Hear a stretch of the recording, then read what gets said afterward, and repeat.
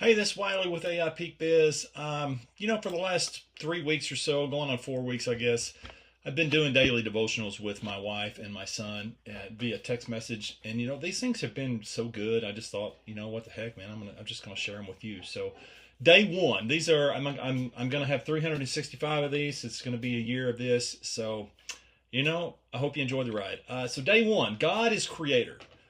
Genesis 1:1 says, "In the beginning, God created the heavens and the earth." And that's the whole opening line of the Bible. There's no argument, there's no proof, there's no apology. It's just a declaration that before anything existed, God was already there. And He made everything that we see out of nothing. We live in a world that wants to explain everything away. Science has answers for how things work, but it doesn't tell us why. And so why is there something instead of nothing? Why does any of this hold together? Why does it matter? Well, God is the answer to the why. He didn't just start the universe and He walked away. He designed it with intention. He set stars in place, and then He decided, that's not enough. So He made people. He made us in His own image. He made us to know Him. That's not an accident. That's a choice that He made before we ever drew a breath.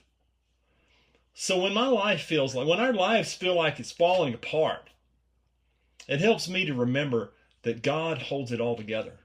That same God that spoke light into darkness and order from chaos is the same God who speaks into my situation right now.